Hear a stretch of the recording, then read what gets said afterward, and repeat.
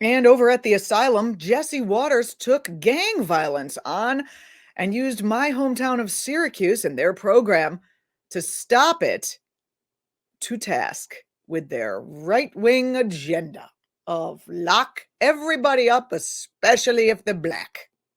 Gang violence is a problem in cities across the country. The question is, how do you stop it? How about more policing, more patrols in bad neighborhoods, maybe tougher sentences? But city leaders in Syracuse, New York said, no, we have a better idea. Why don't we pay criminals not to commit crimes? That should do the trick, right? We'll give gangbangers cash and tell them to quit banging.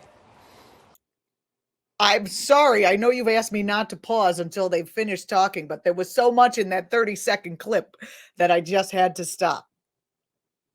Gangbangers. Is that a thing we still say on TV? Oh, yeah. Well, that is a thing they still saying over there.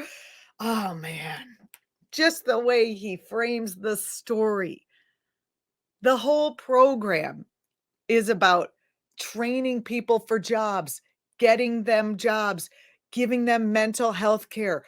It's a social service program for people who got swept up in gang life. And we're talking about Syracuse, New York, my hometown, where you may remember, or you may just be hearing about it now if you're young. Bill Clinton, Democrat, signed NAFTA, and all the jobs from that area went out of the country. It was a great, it was just that same story of the Rust Belt cities. Syracuse, I like to say, is the buckle of the Rust Belt cities that was basically destroyed by these free trade agreements that did not protect the workers in our own country so that, we could have our cheap plastic goods at both a cheaper price and so that the people who own these corporations could make more money. All right, so let's listen to the rest of it. I just love the way, okay, they're giving these young people a stipend of $100 a month or a week, $100 a week, or some such stipend. I mean, as part of the entire package. And of course, they're just framing it like Syracuse, New York is going to pay people to be good. It's insane. If these folks who got swept up in gang life, who are now willing to come out of it, try to build a better life for themselves in a city that's been decimated by trickle-down economic policy, which you and your network, Jesse Waters, are constantly pounding away at the mythology that is actually a good thing. If these youngsters who got swept up because there's no jobs and no opportunity for them in these cities that have been destroyed by your policies, get involved in these programs, how are they going to eat? How are they going to eat? They need some money to eat. Okay, here's the rest of it. I'm sorry I interrupted. Now, I don't know about you, but I'm a little skeptical. How would this even work? Well, the city wants to choose 50 people between the ages of 18 and 24 who they think are high risk. Maybe they're in a gang or hang out with some troublemakers, and they enroll these guys into a program where they're supposed to learn how to properly function in society. What a jerk, just talking like that. As if he and his fascist brothers and sisters over at Fox News aren't swept up in a gang that is killing people. Their news kills people. January 6th, the propaganda that led to that, somebody died. Several people, in fact. The propaganda that leads to deregulation poisons people. People are dying from climate change. He's got the old one finger pointing at other people, three fingers pointing back at him, I think. All right, here we go. Nice graphic.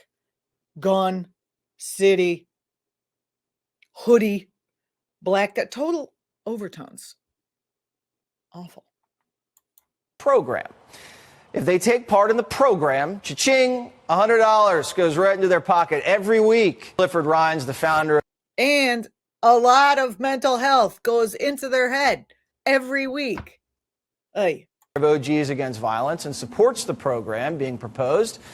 And Art Gamboa is a former gangbanger and is against it. Okay, so Clifford, convince me that I'm wrong here. Yeah, well, first, let's address the term that you're using, gangbangers. We in the community take offense to that. The gangbangers are offended. Call them, yes, sir. They're high-risk individuals. Oh, okay. So I don't want to offend the gangbangers. Okay.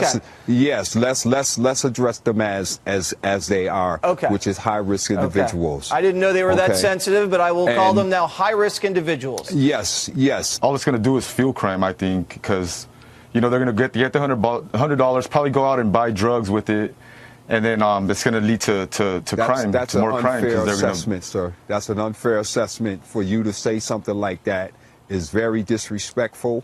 Okay, and you can't. I mean, me as a former gang member. I mean, I would straight up. I would went out and Clifford, let him talk. A former member should know that that's disrespectful. Clifford, let him talk. Okay, go ahead.